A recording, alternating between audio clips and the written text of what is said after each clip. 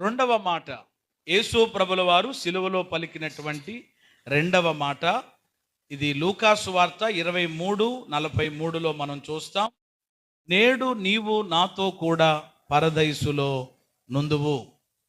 ప్రభు అయినటువంటి యేసయ్య పలికిన శ్రేష్టమైన మాట. దీనికి ప్రవచనం కూడా యెషయా గ్రంథం 53:12లో దీని గురించి ముందుగానే ప్రవచనం రాయబడి ఉంది.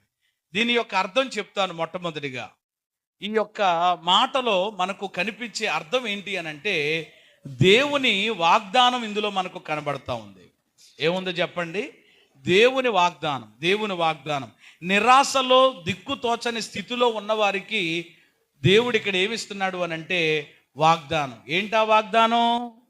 నేడు నీవు నాతో కూడా పరదైసులో ఉంటావు. ఒక భరోసా. ఎంత అద్భుతం అండి! కాబట్టి ఈరోజు మనము ఈ విషయాన్ని గమనించాలి. ఇందులో అర్థం వాగ్దానంగా చూస్తున్నాం. రెండవదిగా ఈ మాటలో దేవుని గుణలక్షణాలు ఏంటి? ప్రతి మాటలో కూడా దేవుని యొక్క ఔన్నత్యాన్ని మనం అర్థం చేసుకోవాలి ప్రభువుని ఆరాధించడానికి. ఈ మాటలో దేవుని యొక్క గుణలక్షణములు ఏం కనబడుతున్నాయి అంటే, ఒకటి తృప్తిపరిచే దేవుడుగా, రెండు త్రోసివేయని దేవుడుగా మనం ఇక్కడ చూడొచ్చు. ఒకటి ఏ దేవుడు చెప్పండి? తృప్తిపరిచే దేవుడు. మాట్లాడాలి. తాగారు కదా ఇప్పుడు దాకా? ఏమన్నా ఇంకా తృప్తి లేదా? ఒకవేళ తృప్తిపరిచే దేవుడు, త్రోసివేయని దేవుడు. చెప్పండి అందరూ ఒకసారి మాట. అది ఇప్పుడు ఈ వ్యక్తి అడిగాడు, అయ్యా నీ రాజ్యంలోనికి వచ్చినప్పుడు నన్ను జ్ఞాపకం. అప్పుడు ఏమన్నా అడిగినప్పుడు యేసయ్య ఆ వ్యక్తిని తృప్తిపరిచారా లేదా? ఏమన్నా ఆయన ఏమన్నా త్రోసేసాడా? ఒరే నువ్వు ఎలాంటోడురా, నీ బతుకేంట్రా, నీ పరిస్థితి ఏంట్రా, ఇప్పుడు అడిగితే ఆపరిచే ఎవరిస్తారా అని అనలేదు. సరే నీవు కూడా నాతో ఎక్కడుంటావు? పరదైసులో. కాబట్టి దీన్ని బట్టి మనం ఆరాధించేటువంటి దేవుడు 107:9 ప్రకారం ఆశ కలిగిన ప్రాణాన్ని, యోహాను 6:38 ప్రకారం ఆయన యొద్దకు వచ్చి వారిని ఎవరిని త్రోసివేయడు. ఆయన లక్షణాలు మనం ఎరిగి ఆయన మీద ఆధారపడాలి. ఈరోజు ఆయనలో ఆనందించి ఆయన ఆరాధించాలి. మరి ఈ మాటను బట్టి మనం నేర్చుకోవాల్సిన ఆత్మీయ పాఠాలు ఏంటి? ప్రతి మాటలో ఒక పాఠం ఉంది కదా. రెండో మాటలో కూడా చెప్తాను. దేవుడిచ్చే అవకాశాలను మనం సద్వినియోగం చేసుకోవాలి. ఈ మాటను బట్టి అర్థం ఏంటనంటే, దేవుడిచ్చేటువంటి అవకాశాలను ఏం చేయాలి? సద్వినియోగం చేయాలి. మొదటి చెప్తాను, మూడు అవకాశాలు చెప్తాను. మొదటిది రక్షించబడే అవకాశం. ఏం చేయబడే అవకాశం? రక్షించబడే అవకాశం ప్రతి మనిషికి దేవుడు ఇస్తాడు. నిజంగా మనం రక్షించబడడానికి దేవుడు అనేక అవకాశాలు ఇస్తాడు. 2 పేతురు 3:9 ప్రకారం, 1 తిమోతి 2:4 ప్రకారం, అపోస్తలుల కార్యములు 17:30, మత్తయి సువార్త 18:14 ప్రకారం దేవుడు ఒక వ్యక్తి రక్షించబడడానికి అనేకమైన అవకాశాలు ఇస్తాడు. వాటిని ఏం చేయాలి?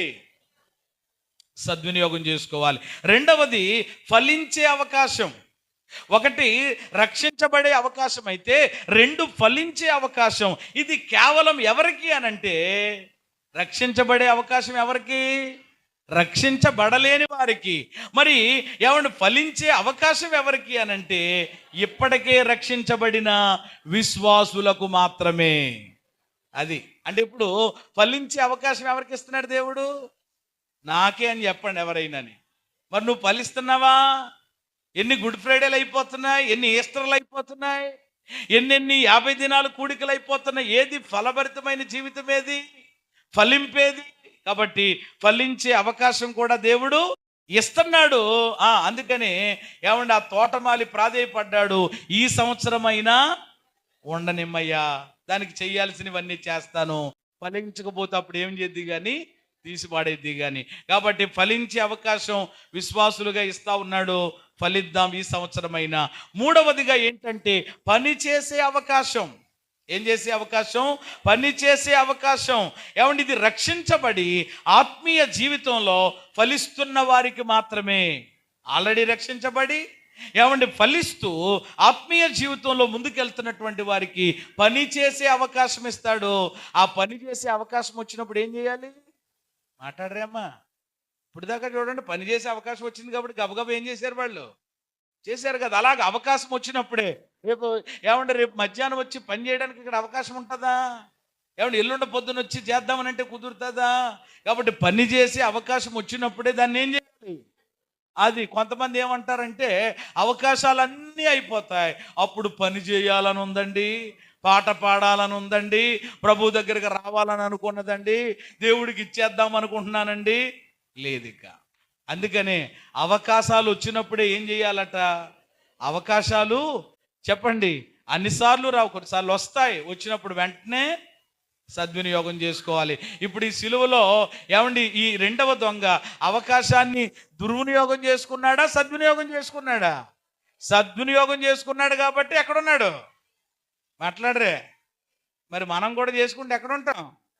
లేకపోతే ఎక్కడ ఉంటారు మీకే తెలుసుకోవాలి. కాబట్టి దీని ద్వారా నేర్చుకున్న ఆత్మీయ పాఠం, దేవుని పిల్లలు దేవుడిచ్చే అవకాశాలను ఎప్పటికప్పుడు. రెండవ మాటగా నేను ముగిస్తూ ఉన్నాను. అట్టి కృప దేవుడు మనకు దయచేయును గాక.